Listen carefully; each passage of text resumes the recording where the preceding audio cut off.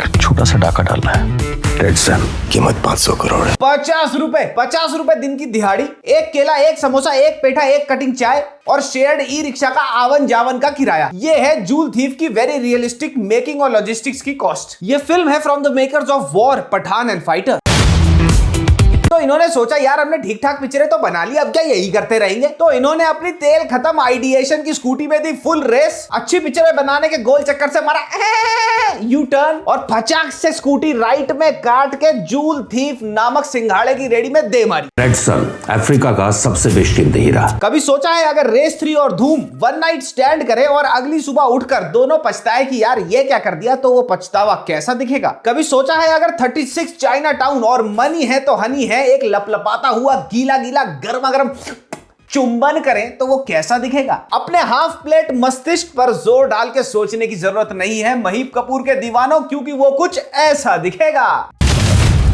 ये पिक्चर नहीं है, ये पिक्चर है मियां सैफुद्दीन उर्फ जलालुद्दीन का सलमान खान को जवाब कि बेटे तूने मेरे से रेस 3 छीनी थी ना, अब मैं बनाऊंगा रेस 4। उसका नाम रखूंगा नहीं रेस 4, लेकिन वो देखने में लगेगी रेस 4। कंफ्यूज हो गया ना। दुनिया भर में कई म्यूजियम्स में चोरियां कर चुका है और करता रहेगा। ये फिल्म देख के आपको एक बात बिल्कुल क्लियर हो जाएगी कि सैफ अली खान का कंपटीशन अपने इंडस्ट्री पीयर्स के साथ है ही नहीं, क्योंकि इनके असली का कंपटीशन तो इनके खुद के बच्चों के साथ है कि कौन कितनी धी पिटी की फिल्में बना बनाकर शर्मिला टैगोर जी को कितना शर्मिंदा कर सकता है। सबसे पहले सैफ अली खान ने भाग लिया आदि पुरुष हत्याकांड में, फिर इसका जवाब दिया बेटी सारा अली खान ने ए वतन मेरे वतन में स्कूटी में से पाइप डाल के पेट्रोल चुराने वालों जैसी एक्टिंग करके। सैफ ने ये देखा और बोला अच्छा बेटा थांबा अभी दिखाता हूं तेरे को जहर के डालडा घी में चुतिया पे की पूड़ियां कैसे तली जाती हैं, और लगे हाथ पकड़ ली दिहाड़ी मजदूरी पागल की बच्ची बॉलीवुड वाइज शो में। पर फिर किसी को पता ही नहीं था कि इस लघुआ मारी की रेस में धुन धुन धुन धुन धुन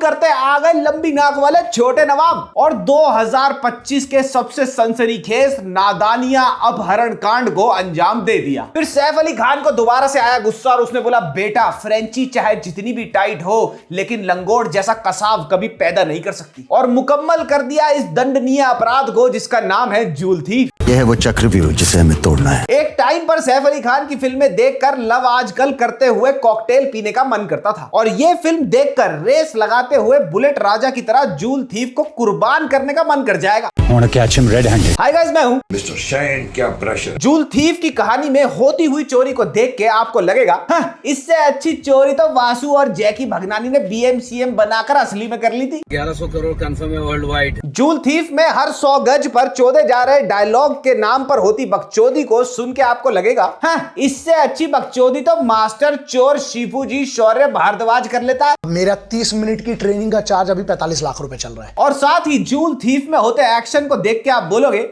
इससे अच्छा तो सलमान भाई नींद में शाओलिन का घसीटा छाप जूडो पूडो कर रहे थे सिकंदर में। काम खत्म, पार्टनर खत्म। जूल थीफ है 1 घंटे 56 मिनट की। अगर इन 1 घंटे 56 मिनटों में मैं मुकेश जी को यह समझाता ना कि आपने मुझे जो नोटिस भेजा है वो लॉयर का नोटिस है, उसको कोर्ट का नोटिस नहीं बोलते, तो शायद दद्दू अपनी वीडियो में बकचोदी के बाण चलाना कम कर देते और टाइम पे दवाई लेना चालू कर देते। अगर इन 1 घंटे 56 मिनटों में मैं उर्वशी राउटेला की माता जी को यह बात समझाता ना कि आपकी बेटी के अंदर एक भयानक आत्मा है, तो आंटी कटीली इंस्टाग्राम पे मुझ पे आक्रमण नहीं करती, बल्कि एक बढ़िया सा भूत पिशाच निवारण बाबा ढूंढ के शुतुरमुर्ग की लीद से बना झाड़ा उर्वशी को लगवा आती। और अगर इन 1 घंटे 56 मिनटों में मैं अजाज खान द क्रिमिनल को यह समझाता ना कि तूने मेरे को DM करके मिलने की धमकी तो दे दी, लेकिन मेरे को मिलने के लिए तेरे को लगेगा पासपोर्ट जो तेरा जब्ती है ड्रग केस में पुलिस के पास, तो वो कमअकल फिर भी ये बोलता अरे अपन ना बॉर्डर टापेगा कैसे, आधार कार्ड से। तो चलो फिर आज के रिव्यू में मैं तुम्हारे को बताऊंगा जूल थीफ के बारे में सब कुछ, एक स्पॉइलर दूंगा, एक ट्विस्ट की कमर तोड़ूंगा, क्योंकि मैं ही अकेला क्यों गरम गरम भुट्टे पे नींबू की तरह रगड़ा जाऊं, मैं ही अकेला क्यों सीलमपुर के इस गंदे सुलभ शौचालय के गंदे फर्श पे फिसल के मुंह के बल गिरूं। मैं चाहता हूं तुम भी मेरे साथ चलो आज ऑनेस्टली सेइंग में।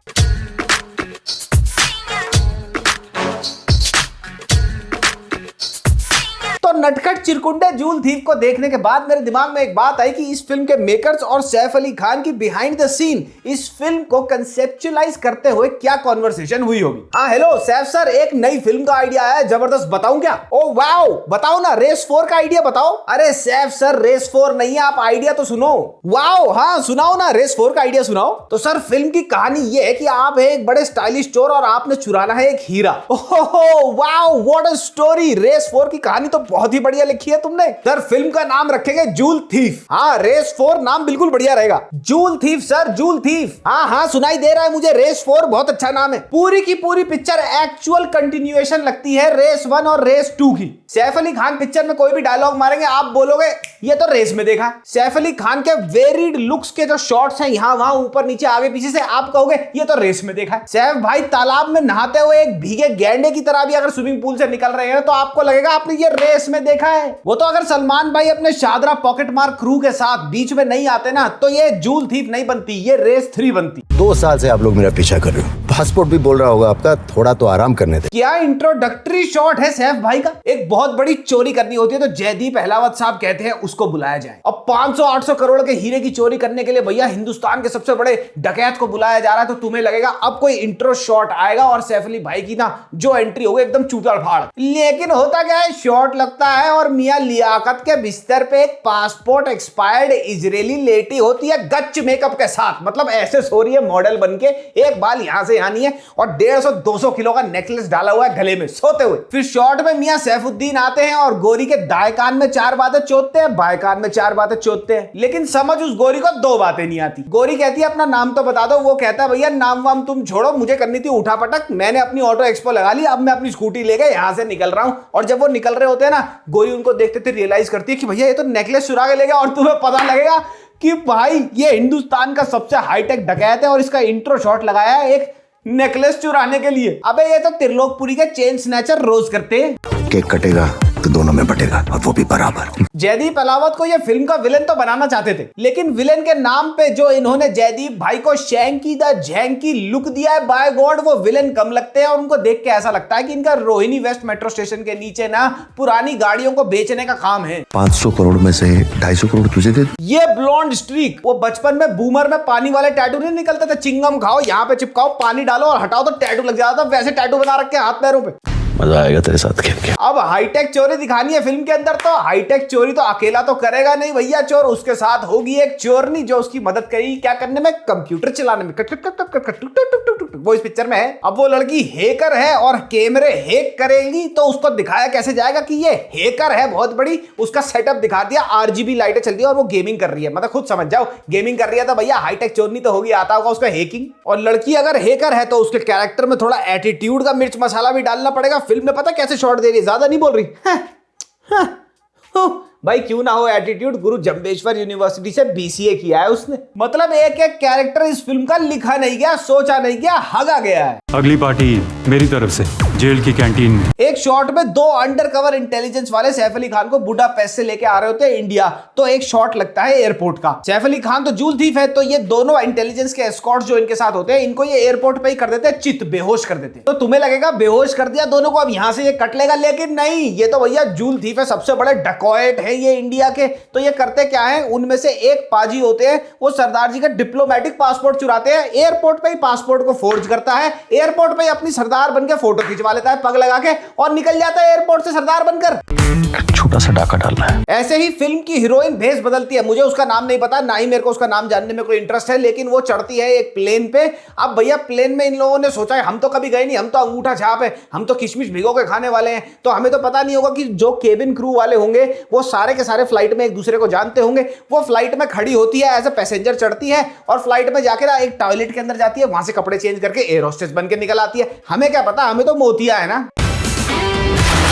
एक शॉट में गुंडे का टट्टा होता है, वो एक लौंडे को धमका के कहता है कि मैंने तेरे दादाजी के बैंक में ना क्राइम का ब्लैक मनी डिपॉजिट करा दिया है। और वो ब्लैक मनी कैसे डिपॉजिट कराया, एक दूसरे बैंक से। अबे अगर वो क्राइम की ब्लैक मनी है तो तूने पहले वाले बैंक में कैसे डिपॉजिट कराई और दूसरे वाले बैंक में उस ब्लैक मनी को ट्रांसफर कैसे कर दिया तूने बैंक के थ्रू। टेक्नोलॉजिया भी है पिक्चर में, टेक्नोलॉजिया। जहां पे चोरी करनी होती है वहां के सिक्योरिटी सिस्टम को बड़ा हाईटेक और एडवांस दिखाना है तो लोगों को क्या बोला जाए, ये बना था सिलिकॉन वैली के कैलिफोर्निया में। यह है वो चक्रव्यूह जिसे हमें तोड़ना है। इस फिल्म में सबसे बढ़िया एक्टिंग पता है किसकी है? उस लाल कोहिनूर की जो पूरी पिक्चर में जिंदा लाश बना पड़ा हुआ था और इनका लंड ढोला देख रहा था। क्या डायलॉग है फिल्म का, एक सुनाता हूं। ना कोई देश की सीमा हो, सुन रहे हो ना कोई देश की सीमा हो, ना देश का बंधन, उड़ाएंगे हम रेड सन इन द गगन। रेड सन क्या है? वो हीरा। उड़ाएंगे हम रेड सन गगन में, क्यों? क्योंकि वो प्लेन से लेके जा रहे हैं तो हम प्लेन में चुरा लेंगे, इसलिए चुराएंगे red sun in the gagan. Plane में है तो वो भी हवा में, गायब हवा में होते हैं मिस्टर डॉलर। भाई एक बड़ा वाला डॉन भी है पिक्चर के अंदर, उसका नाम बड़ा वाला डॉन है तो मूसा रख दो। और वो मूसा पता क्या करा था? वो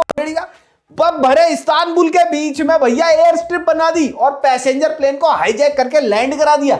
अगले हफ्ते ये हीरा मुंबई आ रहा है। एक फुल लिए डोलता है भैया सैफ अली खान पूरी पिक्चर में, यहां से वहां, किसी को यहां लगा देता, किसी को सूंघा देता, किसी के उसमें मोट कचौड़ी में मिला देता है, बहन जो सारे बेहोश होते फिर रहे हैं पूरी पिक्चर में। अब मैं तुम्हारे को सुनाता हूं पिक्चर की कहानी। क्या कहानी है यार पिक्चर की, मजा आ जाएगा तुम्हारे को सुन के। ये मेरी बेटी का एक और नया टॉय है यार, इसमें रिकॉर्डिंग मस्त हो जाती है एकदम। यहाँ इसको ऐसे दबाओ, अरे चल जा कम बखत मारे, ये चल गया। तो कहानी में होता क्या है कि भैया एक हीरा होता है, उसका नाम होता है रेड सन। जयदीप अहलावत होता है भैया, बहुत बड़ा चोर चार होता है भैया। वो कहता है कि भैया रेड सन को चुराया। रेड सन को चुराया कौन? सैफ अली खान चुराएगा।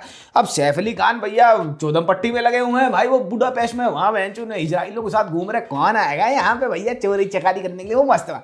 तो पता लगता है उसके बाप को किडनैप कर लिया। इसमें ना रिकॉर्डिंग भी हो जाती है, हेलो हेलो हेलो, अरे मैंने कल करके देखी थी। तो भैया उसको बाप को किडनैप कर लेते हैं कि सैफ अली खान के बाप को किडनैप कर लेंगे तो फिर वो हमारे लिए चोरी करेगा। वो चोरी करता है, लेकिन फिर चोरी के पीछे क्या मोटिव होता है जयदीप अहलावत का कि भैया मैं इसको आधा % करूंगा। 500 करोड़ का वो हीरा होता है, कह रहा 250 करोड़ तेरा, 250 करोड़ मेरा, तू चोरी करके आ।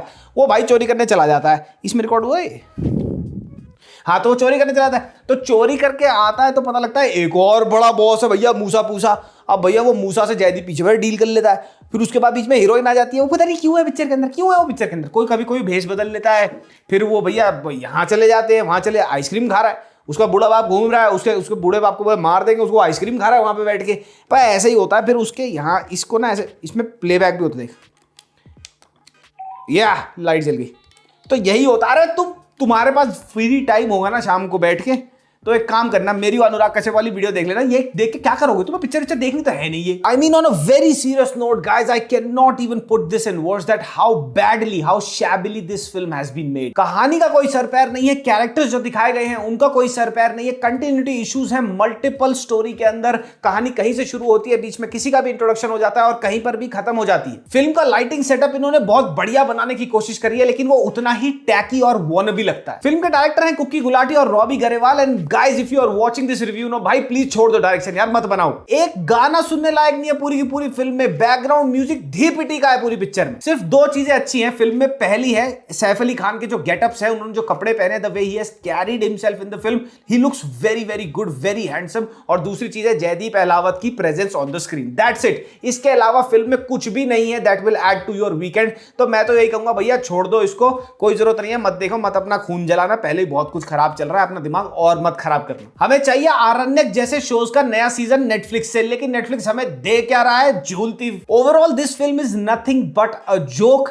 हम मिलेंगे अगले हफ्ते किसी नई वीडियो के साथ। तुमने वो देखा है उसका एजाज खान का जो नया शो आया हाउस अरेस्ट करके, उसमें सारे सॉफ्ट पॉर्न आर्टिस्ट हैं, उसमें वो कह रहा है कंटेस्टेंट्स को थ्रीसम करके दिखाओ। अगर उसका रोज चाहिए हो तो मुझे बता देना। तब तक के लिए कमेंट्स में कमेंट करते जाना। If you have watched this film, माँ मियां लजाने पप्पी बाय बाय। हम मिलते हैं अगले हफ्ते।